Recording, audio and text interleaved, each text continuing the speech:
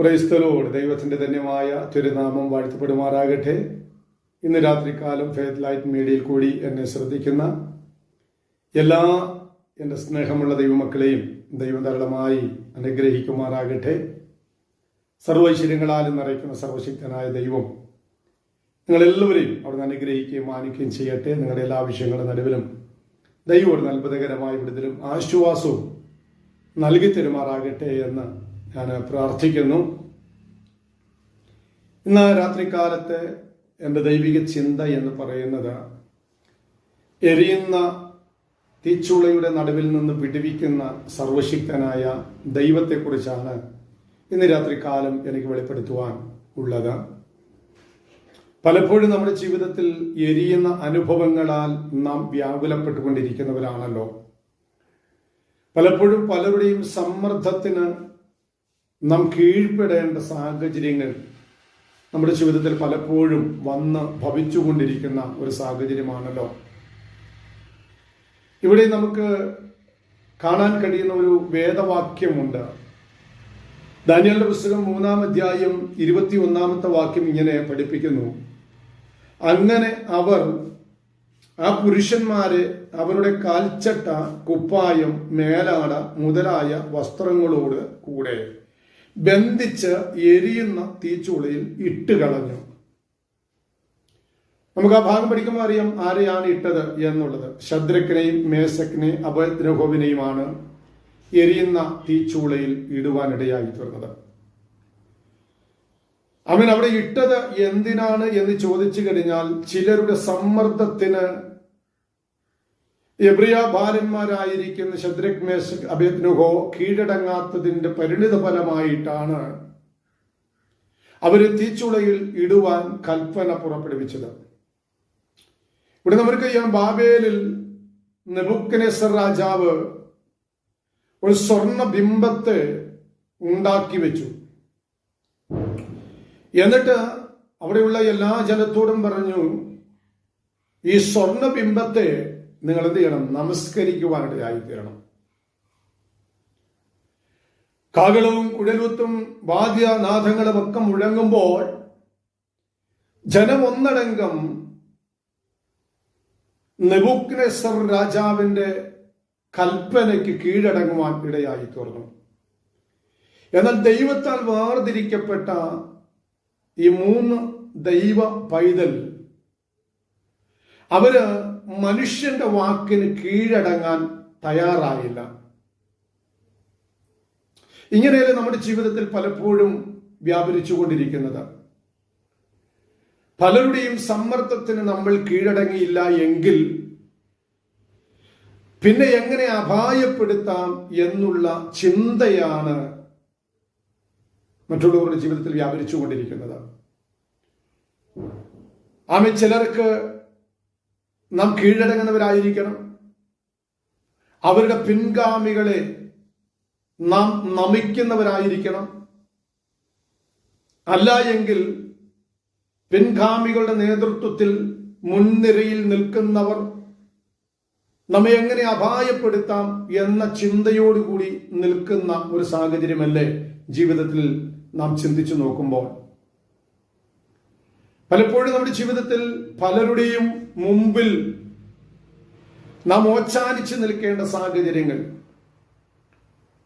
മുട്ടുമടക്കേണ്ട സാഹചര്യങ്ങൾ, കീഴടങ്ങേണ്ട സാഹചര്യങ്ങൾ, ഇവിടെയും അതാണ് സംഭവിച്ചിരിക്കുന്നത്. നെബൂഖദ്നേസർ നിർത്തിയിരിക്കുന്ന ബിംബത്തെ നമസ്കരിക്കുവാൻ കൽപ്പന പുറപ്പെടുവിച്ചു. ബാബേലിലുള്ള ദേവന്മാരെ നമസ്കരിക്കുവാന് കൽപ്പന പുറപ്പെടുവിച്ചു.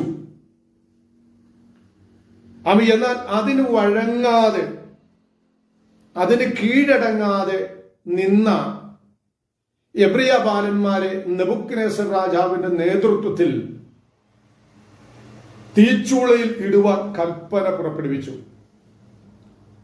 തീച്ചൂളയിൽ ഇടുവാൻ കൽപ്പന പുറപ്പെടുവിക്കുമ്പോൾ നിസാരമായിരിക്കുന്ന തീച്ചൂളയല്ല, ഉള്ളതിനെ 7 മടങ്ങ് വർദ്ധിപ്പിക്കുവാൻ തക്കവണ്ണം ഇവിടെ ആയിത്തീർന്നു. നാം ഒന്ന് പുറമോട്ട് ഇറങ്ങി ചിന്തിച്ചു നോക്കിക്കഴിഞ്ഞാൽ പലപ്പോഴും നമ്മുടെ ജീവിതത്തിൽ ഇങ്ങനെയല്ലേ? നമ്മുടെ പ്രഷറിനെ വർദ്ധിപ്പിച്ചുകൊണ്ടിരിക്കുന്ന സാഹചര്യങ്ങൾ, അത് ജോലി സ്ഥാപനത്തിലായിരിക്കാം, ആരാധനാലയങ്ങളിലായിരിക്കാം, ആമീൻ മറ്റ് സമൂഹത്തിന്റെ നടുവിലായിരിക്കാം, ആമീൻ നമ്മളെ പ്രഷർ വർദ്ധിപ്പിച്ചുകൊണ്ടിരിക്കുന്ന സാഹചര്യം. അപ്പോഴൊക്കെ നാം ചിന്തിക്കാറുണ്ട്, നാം പ്രാർത്ഥിക്കുന്ന ദൈവം എവിടെ? നാം പ്രാർത്ഥിക്കുന്ന ദൈവം നമുക്ക് വേണ്ടി പ്രവർത്തിക്കത്തില്ലയോ എന്ന് നാം ചിന്തിച്ചു പോകുന്ന സാഹചര്യം. ഇവിടെ നമുക്ക് കാണാൻ കഴിയുന്നത്, തീച്ചൂളയിൽ ഇടുന്നത് വരെയും ദൈവത്തിന്റെ പ്രവൃത്തിയൊന്നും ശദ്രക്കിന്റെയും മേശക്കിന്റെയും അബേദ്നെഗോവിന്റെയും ജീവിതത്തിൽ വെളിപ്പെട്ടതായി കാണാൻ കഴിയുന്നില്ല. അവസാന ഘട്ടത്തിൽ പ്രഷർ വർദ്ധിച്ചു, ചൂട് വർദ്ധിച്ചു, തീച്ചൂളയുടെ ചൂട് ആമെ വർദ്ധിപ്പിച്ചു. അതികഠിന്യമായ അനുഭവത്തിലേക്ക് ജീവിതം മാറ്റപ്പെടുവാനിടയായി തീർന്നു. അപ്പൊ നാം ചിന്തിക്കണം, പലപ്പോഴും നമ്മുടെ ജീവിതത്തിൽ പ്രഷർ ഏറിക്കഴിഞ്ഞ ചില പ്രതികൂലത്തിന് നടുവിൽ എത്തിക്കഴിയുമ്പോഴേ ദൈവാത്മാവ് നമുക്ക് വേണ്ടി പ്രവർത്തിക്കുവാൻ സാധ്യതയുള്ളൂ. ഇതിന്റെ മധ്യാത്മ പീരീഡുകളിൽ നാം ചോദിച്ചു പോകും, ദൈവം ഇല്ലയോ, ദൈവം പ്രവർത്തിക്കുന്നില്ലയോ, നമ്മുടെ വിഷയങ്ങൾക്ക് പരിഹാരമില്ലയോ എന്ന് നമ്മൾ ചോദിക്കുമ്പോൾ ദൈവാത്മാവ് വചനത്തിൽ വ്യക്തമായി വിളിച്ചു പറയുന്നു, ആമേൻ, അവസാന ഘട്ടത്തിൽ, പ്രതികൂലത്തിന്റെ അവസാന ഘട്ടത്തിൽ ദൈവാത്മാവ് നമുക്ക് വേണ്ടി ഇറങ്ങി പ്രവർത്തിക്കുവാനിടയായിത്തീരും. എപ്പോഴാണ് ഇറങ്ങി പ്രവർത്തിക്കുന്നത്?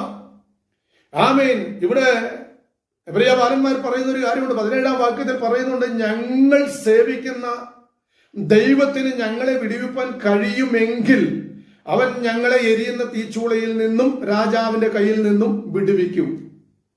അപ്പൊ പ്രതികൂലം ഏറി വന്നപ്പോഴും നിരാശപ്പെട്ടു പോകാതെ അവർ പറയുന്ന, മനുഷ്യരുടെ സമ്മർദ്ദത്തിന് കീഴടങ്ങാതെ, മനുഷ്യന് മുട്ടുമടക്കാതെ, സമൂഹത്തിന്റെ നടുവിൽ മുട്ടുമടക്കാതെ, ദൈവസന്നിധിയിൽ മുട്ടുമടക്കാൻ തയ്യാറായ എബ്രായ ബാലന്മാർക്ക് വേണ്ടി ദൈവം അത്ഭുതങ്ങളെ പ്രവർത്തിക്കുകയാണ്. Praise the Lord. അവൻ അവിടെ കാണാൻ കഴിയുന്ന മർമ്മം എന്ന് പറയുന്നത്, അവരൊരു തീരുമാനമെടുത്തു.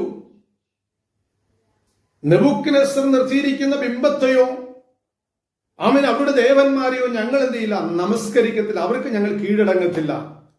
ഞങ്ങൾക്കൊരു തീരുമാനമുണ്ട്, ഞങ്ങൾ സേവിക്കുന്ന ഒരു ദൈവമുണ്ട്, ഞങ്ങൾ പ്രാർത്ഥിക്കുന്ന ഒരു ദൈവമുണ്ട്, ആ ദൈവം ഞങ്ങൾക്ക് വേണ്ടി പ്രവർത്തിക്കുവാൻ തക്കവണ്ണം ഇടയായിത്തീരും.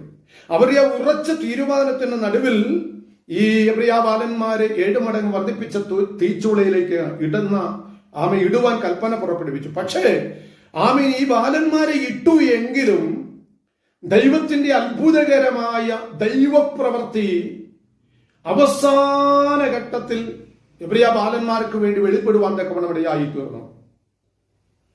എബ്രായ ബാലന്മാരെ ഇടാൻ പ്രോത്സാഹിപ്പിച്ചവരെ തീച്ചൂളയിൽ വീഴാൻ അനുവദിച്ചില്ല. എന്നാൽ വീഴുന്നതിന് മുന്നമേ എബ്രായ ബാലന്മാരെ ഇട്ട് കഴിഞ്ഞ ഉടനെ ഇടാൻ കൊണ്ടു ചെന്നവര് അവർ ചാരമായി മാറുവാനിടയായി തീർന്നു. എന്ന് വെച്ചാൽ നിനക്കെതിരെ ശക്തമായി ആമേൻ നിന്നെ പ്രഷർ ചെലുത്തുന്ന ആരാണോ അവരെ ഉന്മൂലനാശം ചെയ്യുന്ന ഒരു സർവശക്തനായ ദൈവത്തെയാണ് ഞാൻ നിങ്ങൾ സേവിക്കുവാനിടയായി തീരുന്നത്.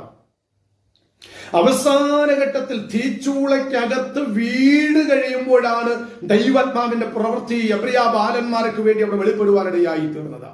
നോക്കണം, ഒന്നുകൂടി പറഞ്ഞു കഴിഞ്ഞാൽ, ആമീൻ, ഇടാൻ കൊണ്ടു ചെന്നവർ തീച്ചൂളയ്ക്ക് കരയ്ക്ക് നിൽക്കുമ്പോൾ തന്നെ ചാരമായി മാറിയെങ്കിൽ അകത്തളത്തു വീണ എബ്രായ ബാലന്മാരെ കയ്യിൽ താങ്ങാൻ സർവശക്തനായ ദൈവം അവിടെ ഇറങ്ങി പ്രവർത്തിക്കുവാനിടയായി തീർന്നു. പലപ്പോഴും നമ്മുടെ ജീവിതത്തിൽ ഇങ്ങനെയാണ്, എല്ലാം അവസാനിച്ചു, എല്ലാം അസ്തമിച്ചു, ഇനി മരണം മാത്രമേ മുന്നിലുള്ളൂ, ഇനി അവൻ ജീവിതം അവസാനിപ്പിക്കുക മാർഗമുള്ളൂ എന്ന് ചിന്തിക്കുന്ന വേളയിലായിരിക്കാം സർവശക്തനായ ദൈവം നമുക്ക് വേണ്ടി കരം നീട്ടുവാനിടയായി തീരുന്നത്, നമ്മെ താങ്ങുവാനിടയായി തീരുന്നത്. അങ്ങനെയെങ്കിൽ ആ സർവശക്തനായ ദൈവത്തിന്റെ കരങ്ങളിൽ ഏൽപ്പിച്ചു കൊടുക്കാം. പ്രത്യാശയോടെ വിടുവിക്കുന്ന ദൈവത്തിന്റെ ആത്മാവിന്റെ സന്നിധിയിൽ നമ്മെ തന്നെ സമർപ്പിച്ചു കൊടുക്കാം. ആമീൻ. അവസാന ഘട്ടത്തിൽ നിരാശയുടെ മേഖലകളിൽ മരണമേ ഉള്ളൂ എന്ന് ചിന്തിക്കുന്ന അനുഭവത്തിൽ നിന്നെ കൈത്താങ്ങുവാൻ സർവശക്തനായ ദൈവം നിശ്ചയമായും ഇറങ്ങി വരുവാനിടയായി തീരും. ആ സർവശക്തനായ ദൈവത്തിന്റെ കരങ്ങളിൽ നമ്മെ ഏൽപ്പിച്ചു കൊടുത്ത പ്രത്യാശയോടെ നമുക്ക് മുന്നോട്ട് പോകാം. ഈ ചിന്തകളാൽ ദൈവം നമ്മെ അനുഗ്രഹിക്കുമാറാകട്ടെ.